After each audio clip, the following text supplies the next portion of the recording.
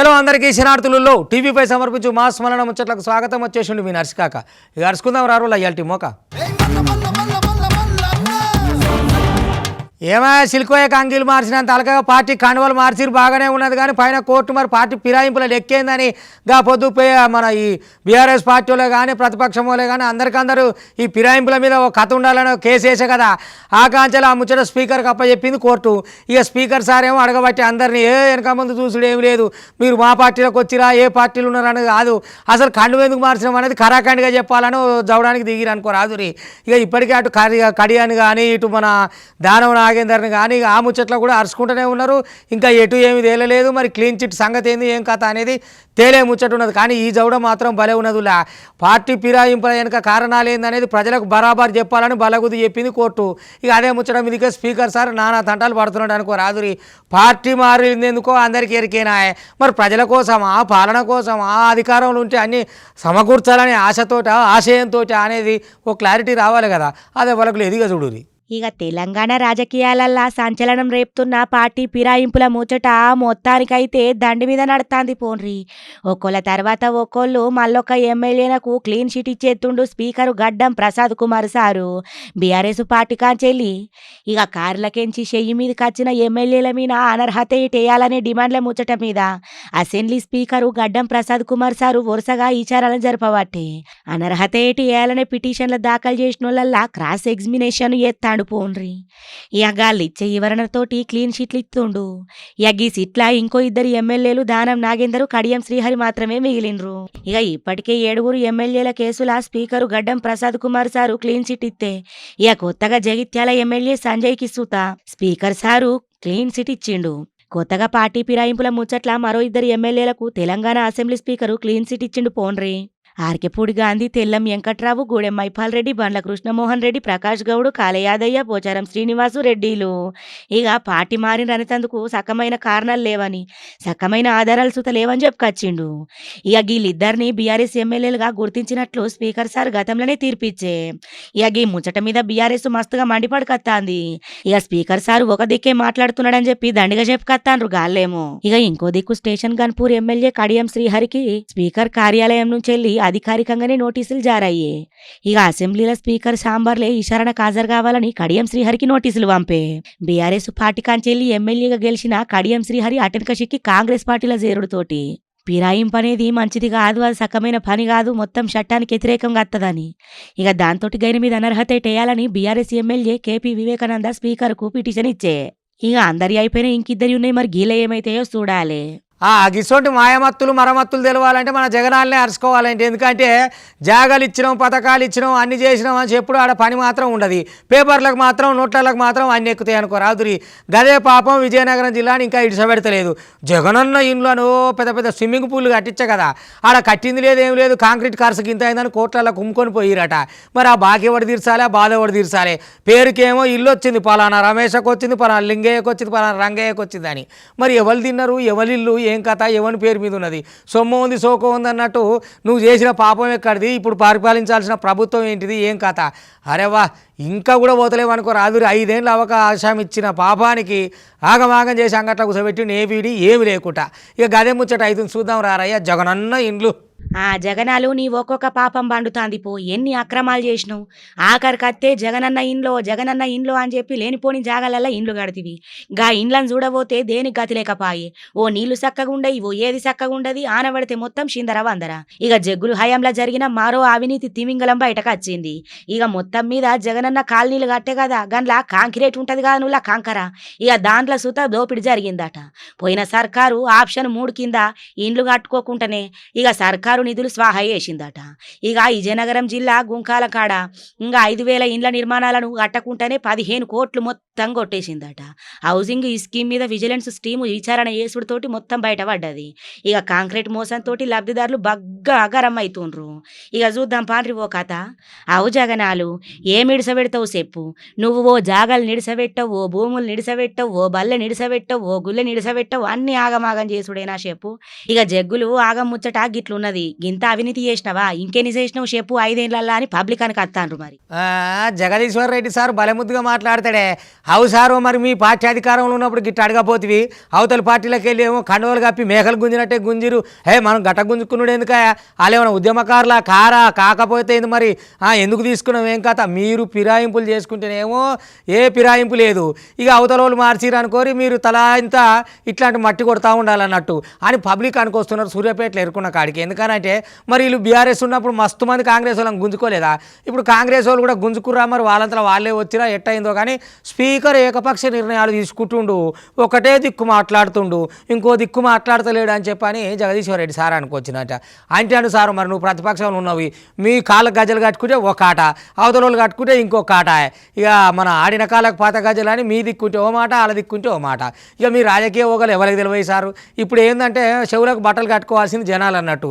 మీరు ఇటైన అంటారు అటైన అంటారు, వాళ్ళు ఇటైన అంటారు అటైన అంటారు, ఎటోళ్ళు అటు పోతూనే ఉంటారు, కన్వలు మారుతూనే ఉంటాయి, కథ నడుస్తూనే ఉంటుంది.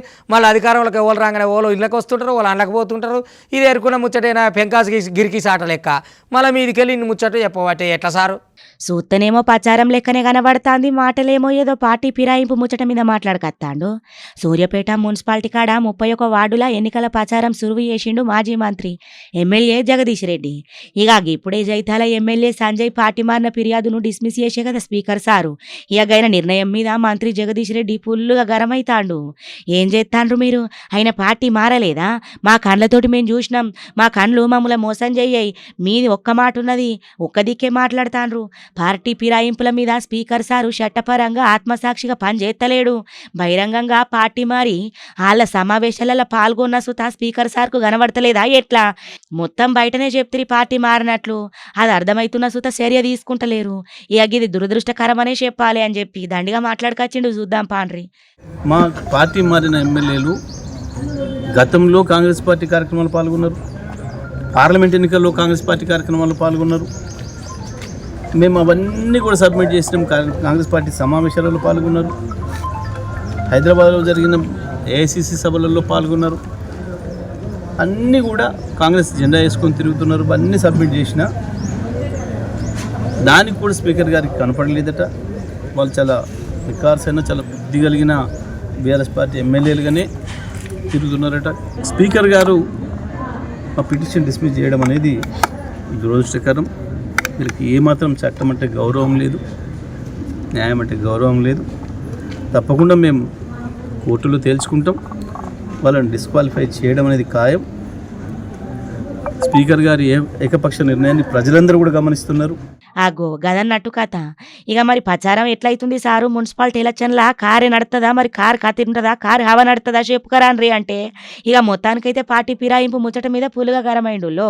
స్పీకర్ ఇడిసబెట్టిన కోట్ల శిక్ష తప్పది. స్పీకర్ ఏకపక్ష నిర్ణయము జనాలు గమనిస్తూనే ఉన్నారు.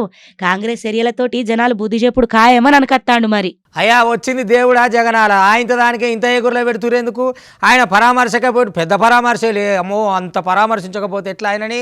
ఇక పరామర్శకు పర్యటన పెట్టుకుంటే వచ్చిపోయేటోళ్ళకి పరిశాన్ అయిపోయిందట. ఎందుకనంటే మరి తెలుసు కదా రప్ప గ్యాంగ్ ఎట్లుంటుంది. బర్త్డేలు పెడితేనే గొడ్డన్లు మన తలవార్లు పెట్టి కసా నరికి మేకలకు వచ్చే బాపతాయి. మరి ఇక జగనన్న పైనుంచి భూమి నుంచి దిగి వచ్చేసరికి వాళ్ళ పానం ఆగుతుందా? రోడ్డు మీద జనం ఎటన్నా పోని వాళ్ళకి ఏమన్నా ఆపతుండని చంగడ బింగడ ఎగురుకుంటా రోడ్డునంతా జామ్ చేసి ఆగమాగం చేస్తేందుకు ఆయమన మునగాలే మోపైరు అనుకో రాదురి. చెవ్వ గాలిపంక పార్టీ అంటే గాలి గత్తర అన్నందుకు మళ్ళీ ఒకసారి నిరూపించరు. వచ్చిపోయే జనానికి ఇబ్బంది లేకుండా చేసుకోవాలన్నా ర్యాలీ చేసినా పరామర్శకు పోతానికి ర్యాలీ ఎందుకే నాకు అర్థం కాదు. నువ్వు చక్కగా నీ కారు వేసుకొని వాళ్ళ ఇంటికి పోయి ఏమైనా నీ పాన పెట్టున్నది ఏం కథ అని అడిగి పాపం ఏమన్నా తులమో ఫలమో ఇచ్చేది ఉంటే చూసుకునేది ఉంటుంది. కానీ రోడెంపటి పరామర్శకు కూడా ర్యాలీలు కావాలట. ఇక మళ్ళీ ఆ ర్యాలీలకు రచ్చలేపుడు, వచ్చిపోయే జనాలను ఇబ్బంది పెట్టుడు, మీ చక్కదనం పాడైపోను, మీ ర్యాలీలు మీదో కథ అని చెప్పని ఏపీ జనాలు అంటారు గాలిపంక పార్టీ వాళ్ళని. మనం ఎందుకు అంటాం పాడుగాను?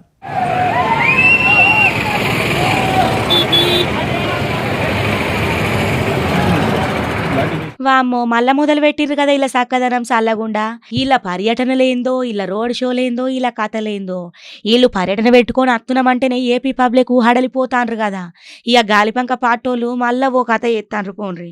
అంబట్ని పరామర్శించేందుకు జగ్గులు పోవుడు, జగ్గుల కోసం కార్యకర్తలు ఆడావిడి చేసుడు.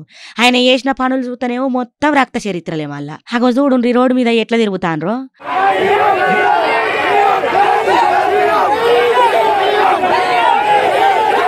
వామ్మో వామ్మో జగనాలు, నీ పర్యటేమో కానీ నీ కార్యకర్తలు చేసే కథ మామూలుగా ఉండదు కదా.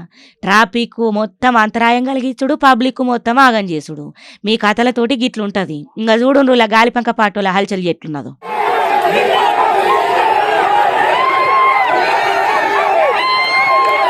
చేసేటి ఆగం చేతలంటే ఆగం చేతలు చేసిన వాళ్ళని మళ్ళీ పరామర్శించినందుకు ఓడు.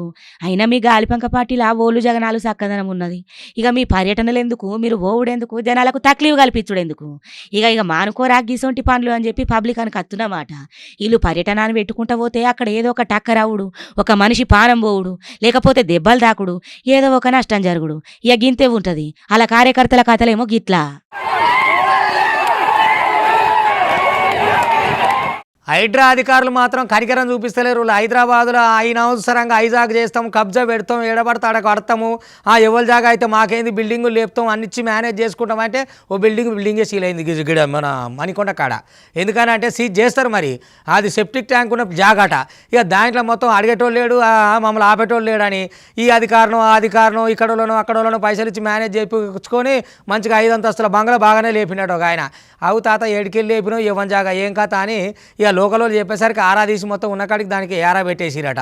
మరి ఊకుంటే చెప్పురులా ఆ జాగే వాళ్ళది, ఆ కథ వాళ్ళది, కార్ఖానా వాళ్ళది, పైసలు ఇచ్చి మందిని ముంచి మేనేజ్ చేస్తా అంటే ఏడికెళ్ళి అవుతుంది ఎట్లయితుంది. అందుకని అధికారులు ఏడికాడికి ఆపేసిరు. ఇది ఒకటేనా, ఎన్ని కుంటలు ఎన్ని జాగాలు ఇప్పటికే హైడ్రా అధికారులు బయట పెట్టిరు. కాంగ్రెస్ సర్కార్ వచ్చినాక గదే అవుతున్నది ఇప్పుడు. ఈ నదులు సప్పుడు అనుకుంటే ఇక మర్చిపోయినరేమో అని అనుకున్నారా? హైడ్రా అంటే హడలే. హైడ్రా పేరింటే బడాబాబుల గుండెలల్లా రైళ్లు పరిగెడతాయి. గుండెల పెద్ద గుది బండి ఎత్తేసినంత పని అవుతుంది పోన్రి. హైడ్రా మళ్ళా ఇక మొత్తానికైతే విశ్వరూపం దాలుస్తాంది. ఇక మళ్ళా రంగంలోకి దిగిందులో ఇక ఇక్కడ చూడుండ్రి, మణికొండల హైడ్రా అధికారులు యాక్షన్లకు దిగిండ్రు. వెంకటేశ్వర కాలనీల 6 అంతస్తుల బిల్డింగును సీజ్ చేసిండ్రు. కోట్ల రూపాయలు విలువ చేసే వెంకటేశ్వర కాలనీ సెప్టిక్ ట్యాంకు జాగను కబ్జా చేసిండ్రట. 6 అంతస్తుల బిల్డింగు కట్టుకొని మంచిగా వెళ్తాండ్రట కబ్జా కోర్లు. ఇక కబ్జా కోర్ల కూరలు వీకుడే హైడ్రా పని కదా, గదే పని చేస్తాండ్రు ఇక్కడ. ఇక చూడుండ్రి, కావాలంటే ఇక మమ్మల్ని నోవలు ఆపేది ఇచ్చటోళ్లకు చేతులు నడిపితే చాలు, మా కథలు మొత్తం నడుతాయి, మేము మంచిగా పని చేసుకుంటాం అన్నట్టు పిలాన్ కట్టుకున్నారు కావచ్చు. కానీ హైడ్రా వచ్చి మొత్తానికైతే 7 కాడ మంచిగా సెటిల్ చేసిపోయింది. ఇప్పుడు లెక్క కుదిరిందా కబ్జాదారులారా? అధికారులను మేనేజ్ చేసి బిల్డింగ్ పర్మిషన్ తీసుకున్నాడట బిల్డరు. హైడ్రా అధికారులకు ముచ్చట చెప్పిండట. పక్క పొంటున్నోళ్ళంతా రంగంలోకి దిగి మొత్తం మీద సీజ్ చేసిండ్రు. ఇప్పుడు సల్లబడ్డట్టున్నాడు బిల్డర్ పాపం. ఎవరన్నా మొగడు కట్నం దేమని కొడుతుండనే డౌరీ కేసు పెడతానికి పోలీస్ టౌన్కి పోతారు కదా. గసోటిది పోలీస్ నౌకరు ఉన్నాయని ఆయన భార్యను ఇంకా కట్నం కావాలి ఇచ్చిన కాడికి చాలదు అని చెప్పి బాధ పెడుతుంటే ఆమె ఏం చేయాలో తెలియక పోలీస్ టౌన్ ముందరనే ధర్నా కూర్చున్నదట. ఎందుకంటే డౌరీ కావాలని నన్ను చాలా దౌర్జన్యం చేస్తున్నాడు సార్ అని చెప్పని. పొల్ల బాగానే చదువుకున్నదట, ఇష్టపడే పిల్లగాని చూసుకొని పెళ్ళిళ్ళు చేసిరట. ఒకటే ఊరు పక్క తాండాలట. అయితే అయినాక నువ్వు అధికారి కదనే, అవతలలో ఎవరైనా బాధ పెడితే వాళ్ళ మీద కేసులు పెట్టి వాళ్ళకు అవగాహన కల్పించాలి. కానీ నువ్వే కట్నం కావాలని అంటే ఇక ఆ పొల్ల ఎడికెళ్ళి తెస్తుంది. బాగానే ఎంటెక్ దాకా చదివిందట. మరి ఏదైనా నౌకరు వచ్చేటట్టు ఎంకరేజ్ చేయించి ఇచ్చేయాలి. కానీ నువ్వు నౌకరు లేకపోతే నన్ను ఇబ్బంది పడాలి. నీకు గవర్నమెంట్ నౌకరే ఉండే, ఇంకా మళ్ళీ కట్నం కావాలంటే ఏడగొడదో పెడతావు, ఏం చేస్తావు కట్నం తీసుకొని అని అవగాహన పాడైపోను. ఇక చెప్పవలసిన వాళ్ళకి ఇట్లా చేతులు కోసుకుంటుంటే ఎవరు చెప్తారు వీళ్ళకు. ఇక గిట్ల మోపైరు అనుకో రాదురి పాపం. ఇప్పుడు ఆ బుజ్జి మరి సిపిలో కేసు పెడుతుందా ఏమవుతుందో కానీ డౌరీ కేసు మొదగాలి ఈయన మీద పెట్టాలి. ఈయన గిసొంటి సొక్కమైన అధికారం అయినప్పుడు ఇక ఆ నౌకరు ఎందుకు మరి డౌరీ అనుకుంటే పోతామా ఏనన్నా. గట్ల ఉన్నది కథ. ఈ ముచ్చటిన్నారులా, జనాలకు న్యాయం చేయాల్సిన ఓ పోలీసు కట్టుకున్న భార్యకు అన్యాయం చేస్తున్నాడని భర్త భార్యకు దొరకకుండా ఉన్న ఇంటి ముంగట భార్య బంధువులతోటి చుట్టాలతోటి పట్టాలతోటి కలిసి ధర్నాకు దిగింది. గీ ముచ్చట హన్మకొండ కాడైందులా. మహబూబాద్ జిల్లా తొర్రూరు బంజారానగర్ జిల్లాకు చెందిన అదే జిల్లాకు చెందిన తొర్రూరు దుబ్బతండ భానుతు ప్రియాంకను 5 ఏళ్ల కిందట లగ్గం చేసుకున్నారట. 2 ముత్యాలసొంటి కొడుకులు సుత పుట్టిండ్రు. అటెనక చిక్కి భర్త జగదీషు ఏకకట్నం పట్టుకరావాలి అని చెప్పి ఇక పోలీస్ తెలివిని వాడిండట. ఇక ఊకే కొట్టుడట, తిట్టుడట, ఫోన్ సుతయ్యకపోయేటోడట. ఇక భార్య ఫిర్యాదు అయితే పోలీస్ టౌన్లో పోయి పెద్ద మనుషుల సమక్షంలో కూర్చొని మాట్లాడుకొని కలిసింది తట్లు అటుపక్క పెద్ద మనుషులు ఇటుపక్క పెద్ద మనుషులు తీర్మానం సుత ఇచ్చిండ్రట. అయినా సుత ఎస్ఐ సార్ తీర్లే ఎసొంటి మార్పు రాలేదట. ఇట్టయితే కాదని చెప్పి పాపం ఇక ఆవేదన చూడుండ్రి ఎట్లున్నదో. నా పేరు ప్రియాంక, నా భర్త పేరు జగదీష్. నాకు 2021లో పెళ్ళయింది. అప్పటి నుంచి ఏ రోజు అయితే పెళ్లి అనుకున్నామో ఆ రోజు నుంచి ఇదే రభస. లోపల మెంటల్ టార్చర్ పెట్టుడు, ఏదో విధంగా డైరెక్ట్ గా అడగకుండా ఇండైరెక్ట్ గా నన్ను నానా హింస పెడుతున్నారు. మొత్తం చేసేది వీళ్ళు ఇక్కడ నుండి నుంచే వచ్చాడు పోవుడు చేసుడు ఫంక్షన్ కానీ మా అన్న వాళ్ళ బాబు ఫంక్షన్ కానీ తీసుకొచ్చి ఇక్కడ వదిలేసిపోయి ఫోన్లో గొడవ పెట్టుకొని నన్ను ఈ ఫోన్లు బంద్ చేసి స్విచ్ ఆఫ్ చేసి ఇక్కడ నుండే వచ్చి డ్యూటీ అప్ అండ్ డౌన్ చేస్తాడు వాళ్ళ అక్క వాళ్ళ ఇంటి దగ్గర నుండి. ఇండైరెక్ట్ గా డబ్బుల కోసమే ఇదంతా చేసిండు, డబ్బుల కోసమే. అది ఇప్పుడు డబ్బుల కోసమే అంటే బయటకు వస్తే ఎక్కడ వాళ్ళని మళ్ళీ తంతారు అని చెప్పి డబ్బులు ఫ్రేమ్ చేయకుండా నన్ను నా ఫ్యామిలీని మొత్తం బర్ణం చేసిండు. మొత్తం మా క్యారెక్టర్ లేని దాని లెక్క. అవు సారు 10 మందికి నీతి చెప్పేటోళ్ళు నియతిగా ఉండేటోళ్ళు మీరే గిట్లా చేస్తే ఎట్లా చెప్పుండ్రి, గిట్ల అయితే ఎట్లా కావాలి?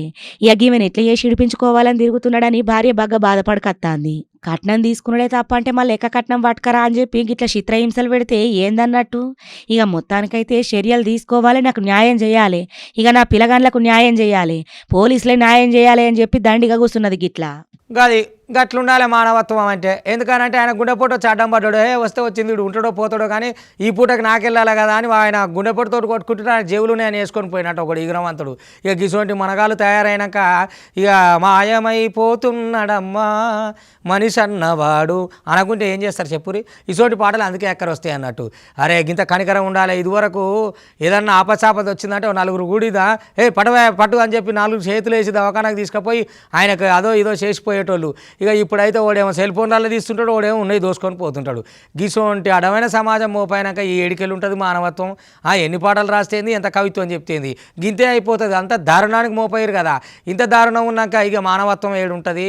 మంట కలవకుంటే ఏమవుతుంది, ఏం కథనుల్లా? అయ్యో పాపం పాడైపోను. గుండెపోటుతో అడ్డంపడ మనిషి జేబులోనే వేసుకొని పోయినట్టు వాడు ఎంత గ్రహవంతుడు అని పాపం పాడుగాను. సాటి మనిషి ఆపదలుంటే సహాయం చేయాల్సింది పోయి మానవత్వం మంటగలిపిత్తాండ్రు చూడుండ్రి కొంతమంది. దేశ రాజధాని ఢిల్లీ కాడ ఈదులల్లా మానవత్వం మంటగలిచిపోయింది. నడి రోడ్డు మీద ఓ మనిషి సావు బతుకులల్లా కుప్పగూలిపోయి కొట్టుమిట్టాడుతుంటే కాపాడాల్సినోళ్ళు మానవత్వం మర్చిపోయి దొంగతనం చేసిండ్రు.